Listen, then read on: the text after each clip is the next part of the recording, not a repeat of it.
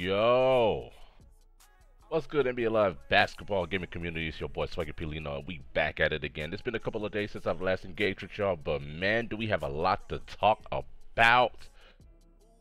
Bruh, the NBA playoffs has been nothing but exciting, and it's only been the first round.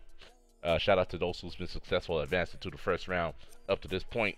Of course, the Golden State Warriors, the Houston Rockets beating the Timberwolves, asserting their dominance, showing that they are still contenders out there in the West. You feel what I'm saying? And of course, the 76ers for holding it down, taking that 4-1 victory over the Heat. Mad love to them. I'm excited for them. But yo, the story of the playoffs is the situation between the Pacers and the Cavs, and what an intriguing game that occurred last night. I was all up in it, and I'm sure you guys were as well. Man, I just couldn't, get myself to stream, man. I was just excited and happy about, chilling with the family and watching that game as we watch LeBron James literally go off and will that team to victory. Controversial it may be, it is what it is. Victory nevertheless. Anyway, we have to deal with that as the Pacers find themselves 3-2. They're down, and they face an elimination game going on as early as tomorrow at 5 p.m. my time. But anyway, we're just going to sit back, relax, and enjoy some NBA Live Ultimate Team. Mad love to y'all that's coming into the stream or not. I know it's fairly late. I know that there's a lot of activity going on at the current moment with the NFL draft, and a wonderful, phenomenal series once again between the Celtics and Bucks. Just as I predicted earlier that this series will go to 7, it looked like that this may be the case as Boston find themselves down by 8 with 4:24 remaining in the fourth quarter, and the Celtics lead that series 3-2. Anyway, let's get it. We're going to play the playoff ladder and see what player we're going to acquire today.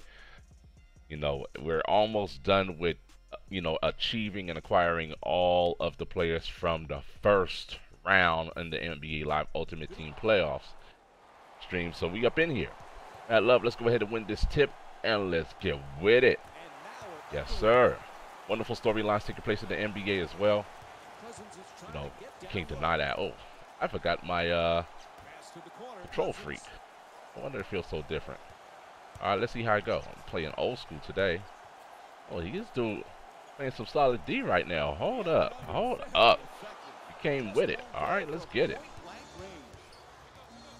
But mad love to y'all. I know it's fairly late. It's 10:27 Eastern time. Most of my viewers are from the East. But it ain't never too late to play some NBA Live. Check mark. Live online under the game NBA Live 18. The uptime begins. Yes, sir. Get some invitations from I Am Legend 04. I wonder if that's his new PlayStation account.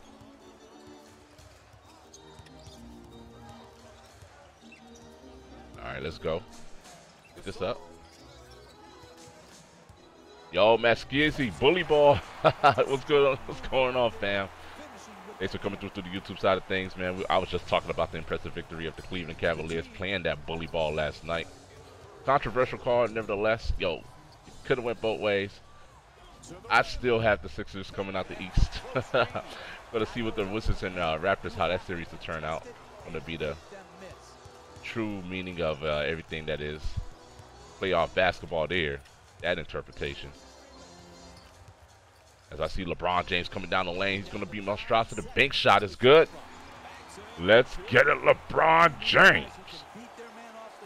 Since he was the hero of last night's games, we're going to definitely, utilize him a lot more. Now, I do have big moments LeBron James, but the All-Star LeBron James card, to me, is much better, even though the rating is much lower. Not much lower, but it's about -2.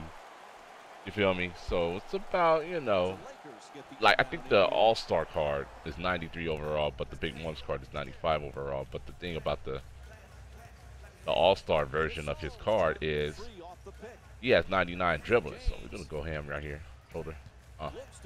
Let's go, LeBron James. With the post move on him, shoulder fake spin to the baseline, one-hand jam. none other than that man. Shout out to Matt Skeezy. Thank you for stopping by into the stream, man. I hope you're having a wonderful night. I know it's late. I usually don't stream this late. Just seeing how it goes. You know, continuing on the discussion, you know, as we approach the season of EA Play and a potential preview as to what is to come for NBA Live 19. It's interesting assessing the pulse of the community at this current point, evaluating what they believe is most necessary for that game to, let's say, reach the new level of success. But there's so many considerations that we have to pay into mind in order for this game to grow the way we want it to. And I think we won't see the full fruition of this game unless people buy the title. The question is, what will it take for people to buy the title? That's the thing. What will it take? You know, that's the everlasting question as LeBron James goes into the lane and dominates this first quarter. What will it take for NBA Live to really get people on board? You know, will the basketball gaming community actually, you know, appreciate? Shout out to you, Quiz the Beast. Thank you for stopping by. Will actually take the time to appreciate this brand and consider purchasing it. NBA Live 18 definitely provided a true base, a true foundation. Oh yeah, exactly, Maskeith. You got to sacrifice sleep to be great. You are telling the truth. You are telling the truth. Sleep is not for the great. You know, that's the ultimate question.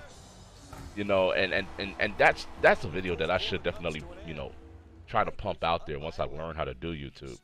And I want to ask you guys in the chat, what will it take, in your opinion, to get NBA Live back into the consumer base, to build the clientele so we can get the items that we want as it relates to basketball, a sim style of play, a more profound and organized method in a way basketball is executed, you know, so things are not too casual, but at the same time not too technical to where people feel alienated and discouraged from playing basketball. I mean, you want to create a game that is open to everyone, not just the basketball gamer, you know, but for those who are casual fans as well. And I know that consideration is imperative. But we've seen what casual gaming can do, and the damage that was done in NBA Live 16. That was good defense by Ricky Rubio. You know, but you know, that's why I think the game overall just needs balance in environments. LeBron James coming through. Now, when I say balance in environments, I'm talking about, you know, providing, you know, these systematic arenas where particular players can enjoy a particular style. And we had a wonderful discussion, you know, with my man Rocco Moss talking about fragmentation, you know, breaking the game apart so these particular type of gamers can have these experiences. However, there aren't enough players. There's not enough player volume to support these particular different styles. My resolution to that, my solution to that, and I'm gonna read your comment, Maskeezy, appreciate it, is defining and developing a well, you know, thought out core progressive system that will introduce, you know, gamers effectively into your style. Either through the journey that they have to go through as a player in the one, or the journey they go through in involving their player in franchise or live ultimate team. You know, you could actually have dribble tutorials in live ultimate team that can yield rewards as well. Let's go. You know, but they need to lie and not tell people that it's made by EA. Laugh out loud. No, that's not gonna happen, Maskeezy, as it relates to the game. You know, they have to put their name on the brand. You know, I think the ultimate stigma of the game has been broken down. I don't think NBA Live is, you know, still that disrespectful title that it once was. You know, NBA Live 18 really helped to change some of that. But, you know, still, you know, we want to find a way to trigger a consumer response. So what are the things that need to be done to get the consumer to really get into this brand, to believe into this brand and to play it? Because, you know, I'm not going to sit here and lie. in spite of the bugs, and in spite of some of the issues, in spite of some of the functionality of the game, and some of its incompletions that is presented in it, that deters the overall, let's say, the overall completion of the game. Um, the gameplay is still pretty good. I still hear people saying that they enjoy the title, but there's a community apathy to it, and we just have to find a way to make it grow. I think continuing to define gameplay will do that in more ways than one, and see how gameplay really revolutionized this brand this year. And I think if they continue to build upon that, they're going to be okay. Spin move, hook. I couldn't get it to go. And I see the thing about marketing is this. That's very true. You know, marketing is very important in, you know, introducing the game to the consumer base. And when we want extensive marketing, continued marketing, uh, that is, you know, that's just going to be an investment by the company that has to be made in order for them to kind of hopefully generate profit. But marketing is expensive. And the thing is, companies will not spend a lot of money in marketing unless they believe there is an opportunity to receive a return from their marketing processes. So, you know, in that element of consideration there, um, they are trying to find alternative ways. What's up, Hunter Iggy? Thanks for stopping by as we discuss, you know, what we can do for Live 19 to get the consumer base going. And Hunter Iggy, if you want the PlayStation for it, man, I can invite you to the party chat, and we can definitely talk that up right now if you want. Because I think this will be a very interesting conversation. Same for you, Matt Skizzy and Quiz the Beast, whoever you guys are. If you want to chat it up, we can do that. Um, you know, that's what I think is imperative. So they're utilizing alternative methods. Swagip Lino, what the deal, Yo, son? what's going on, my man, Mr. Derek? How you doing, man? What's the deal? What's good with you, fam? Sup? Nothing much. What's going on, Slips? Man, love to you as well, fam. So, you know, when it comes down to extensive marketing of the brand, they have to make sure that there is a consumer base that will react to it and invest their monies into it. Companies are not going to spend a lot of money in marketing if they don't believe that they're going to get that, like I said earlier, they're going to get that investment, you know, in return. You know, because you can market, you can put a lot of money into commercials, mainstream marketing, social media, and Fresh out the barber what's up, shop. Re-Up? I see you, fam. Outstanding video today about marketing. You know, I'm biting off of you, my man. Hey, if you oh, he's not on PlayStation 4. I wish he was. You know, we're gonna get a way to get the hangout in here so we can chat it up with you, fam. But talking about the perspective of marketing and extensive marketing for the brand, and you know why NBA Live 18's marketing scheme for utilizing 2K Game Changers was, although controversial and an apparent slap in the face to the NBA Live community, it was still vital and necessary for exposure. And when we talk about price changes and everything of that, that is in consideration of dynamic pricing to get people who would not otherwise consider this product and putting it to their hands. You know, and that's what EA is trying to do right now. Their whole process of Live 18 was clearly not to make a profit. Although, if they could have, whatever profit they will gain would, of course, be of great benefit to them, to the executives and managers. That clearly wasn't the objective, as I think extraordinarily critically here. I really believe that the overall objective for NBA Live 18 was to expose the brand. Now, What's yo, what's good, fam? What's good? It was for absolute exposure. What's going on, Jumpman Germ? I see you. So when we consider that as a block, when we consider that, and when you look at the purpose and the measure of success for NBA Live 18, that's the ultimate consideration that we have to listen to and pay most attention when we consider, you know, what we value to be successful for this brand that is very clearly behind the competitor, but still, with this installment, found a way to compete. Like people don't understand how significant that is. You're going up against a company that's been producing basketball video games for over, well, they're going to be 20 years with 2K19. And this game, in 4 years of its birth, managed to compete, even on a minor level, to where people came and were looking at the gameplay and be like, I love this. And some, I swear, I'm not even trolling. A lot of people came to the stream and be like, man, this plays better than 2K. And I'm looking like, I don't believe you. Like, are you serious? You know, they're like, man, I'm serious. Like, this game looks and play a lot better than 2K. That's a monumental leap of success for EA. So, you know, by them exposing the brand, getting the brand into the hands of frustrated gamers, of, you know, those who played the competition, did leaps and bounds for making the name of NBA Live once again relevant. So, what we need to do as a community is evaluate the measure of success. You know, this is an adult conversation, and there'll be a lot of viewers in this stream. It's just an adult conversation. So these are the kind of conversations that are really not for you children out there. You know what I'm saying? You might get bored.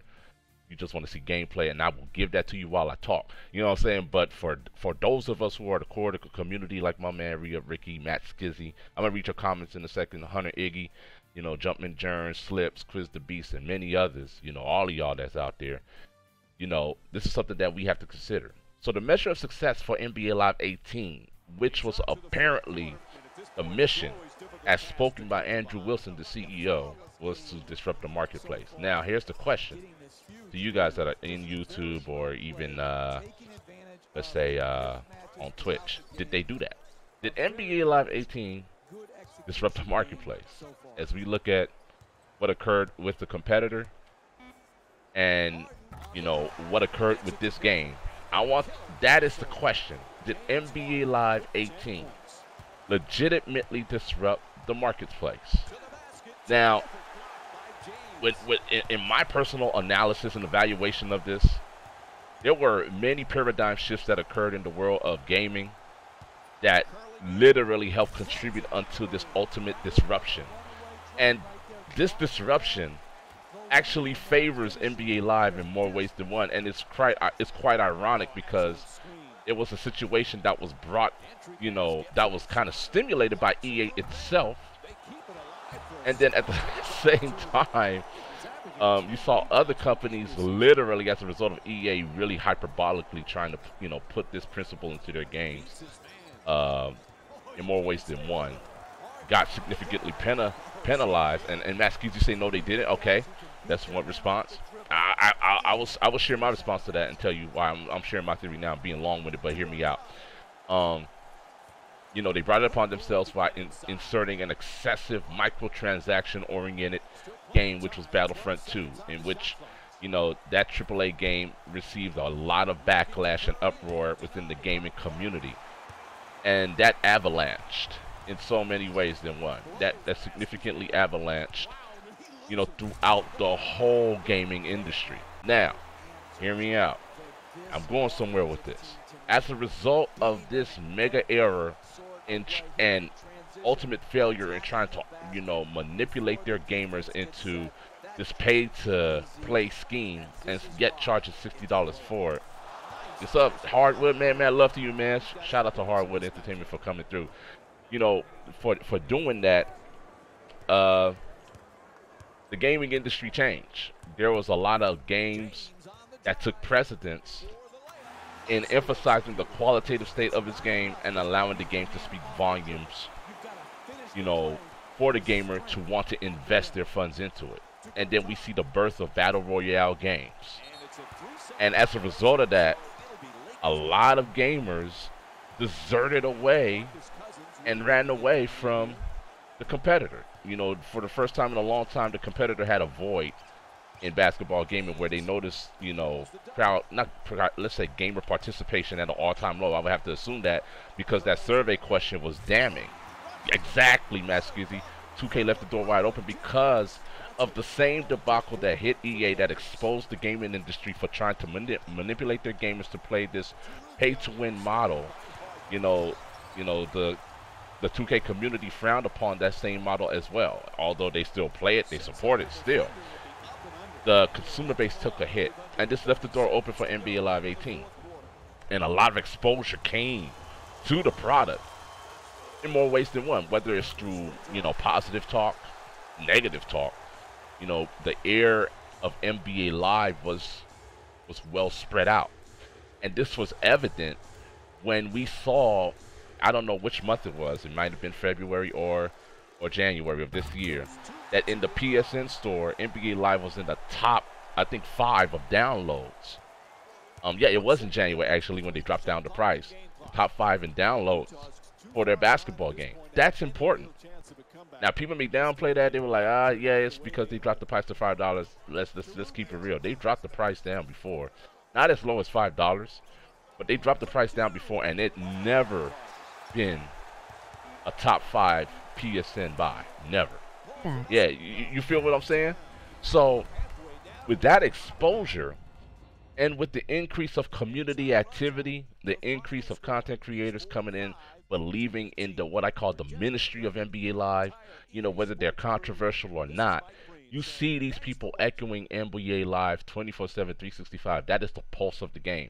This is why the community is so significant. This is why we need content creators like Hardwood Entertainment, Re-Up Ricky, Fly Guy GBG, Abdullah Ali, the NLVC, Malik Slightwork, who's streaming right now on YouTube, Kitso Live TV, Jarrell Thornton, who just started his YouTube channel.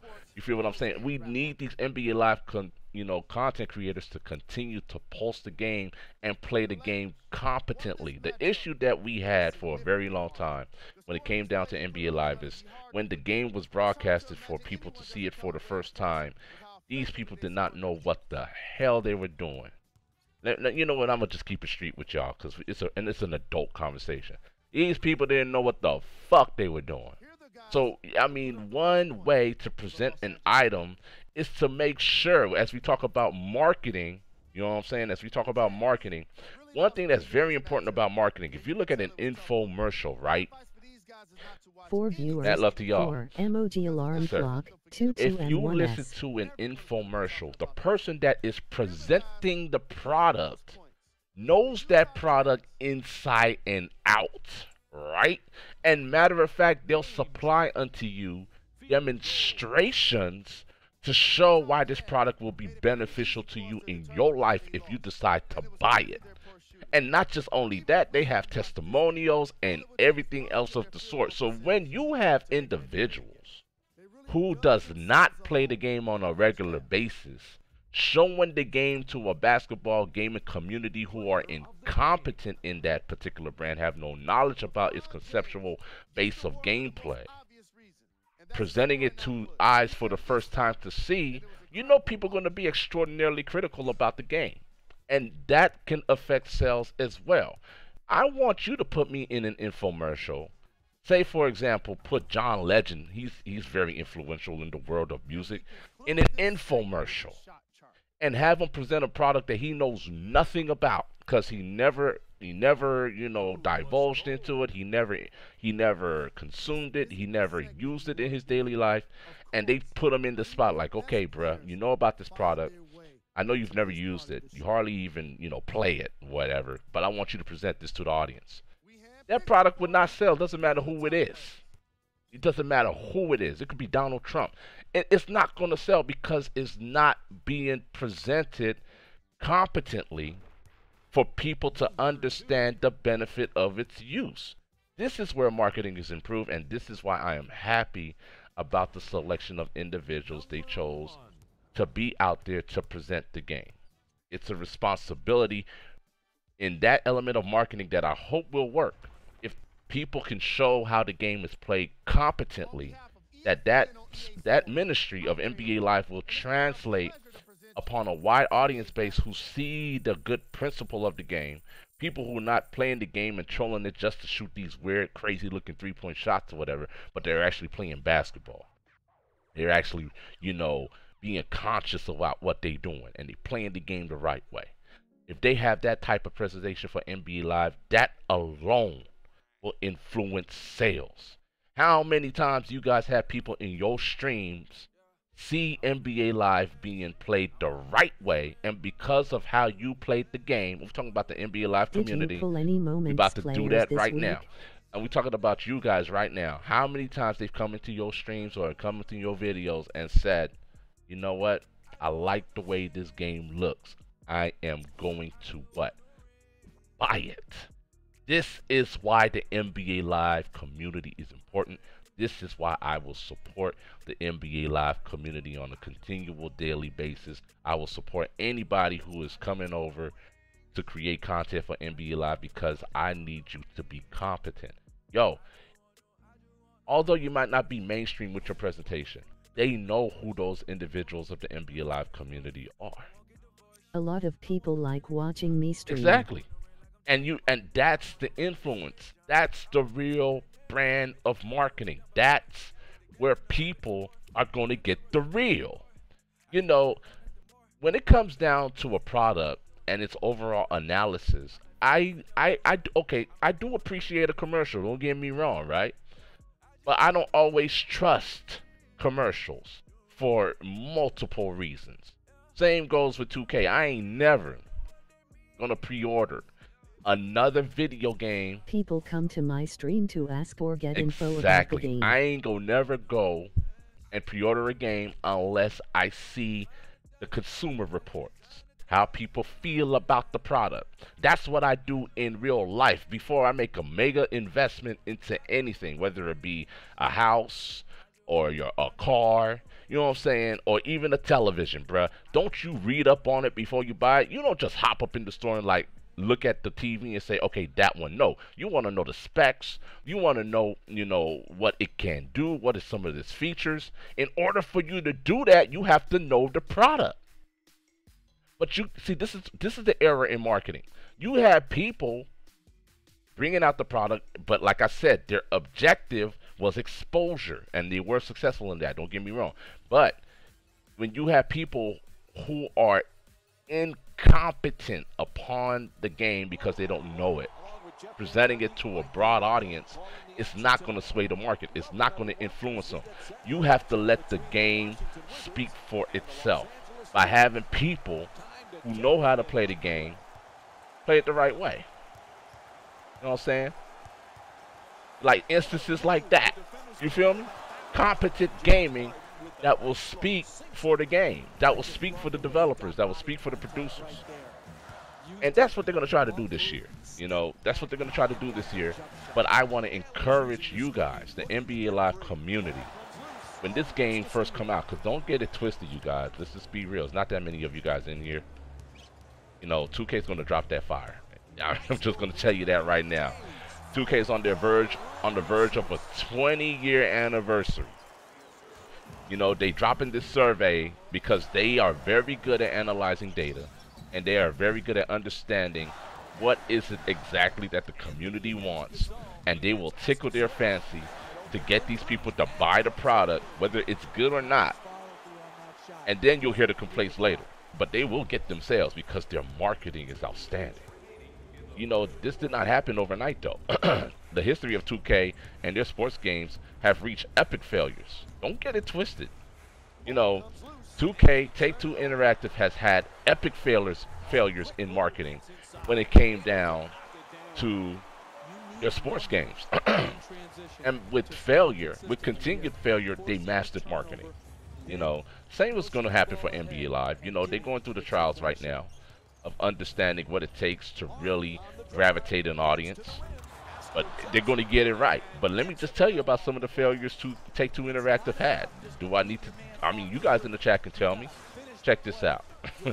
Take-Two Interactive, when their sports games, has lost more brands, and EA has kept more brands. So that's where EA wins. And let's go down the list. Let's start off with just one game that a lot of people might not know, Virtual Tennis. They lost that. Let's keep on going. They lost their NHL series. Let's keep on going. They had an MLB game that I actually played and enjoyed, where they had a $1 million sweepstakes for someone who pitched the perfect game. They lost that. So all they had left to hold on to, that was a mainstream sport. And I'm even going to mention 2K football. You already know they lost 2K football. Even though a lot of people still to this day think they should have kept that brand. It's a mystery why it left.